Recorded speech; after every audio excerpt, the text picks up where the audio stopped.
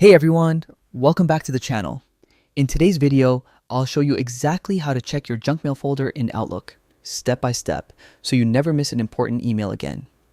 Whether you're using Outlook on the web or through Microsoft 365, this guide will make it super easy to manage your junk and keep your inbox organized. Let's jump right in. First, open any web browser and search for Outlook Login or Microsoft 365 Login. Make sure you click on the official Microsoft website.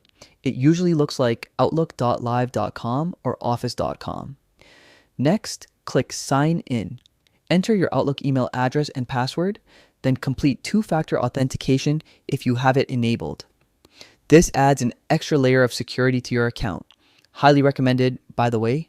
Once you're logged in, you'll see the Microsoft dashboard. From here, click on Mail in the left-hand panel. This will take you straight to your Outlook inbox. Now, look at the sidebar on the left. You'll see folders like Inbox, Sent Items, Drafts, and right below them, the Junk Email folder. Go ahead and click on it. This is where Outlook automatically moves emails it thinks might be spam or unwanted. Take a few moments to browse through this folder. Sometimes legitimate emails from new contacts or services can end up here by mistake. If you find one that's safe, right-click the email and choose Move to Inbox or Mark as Not Junk. That tells Outlook this sender is safe and helps improve its filtering in the future.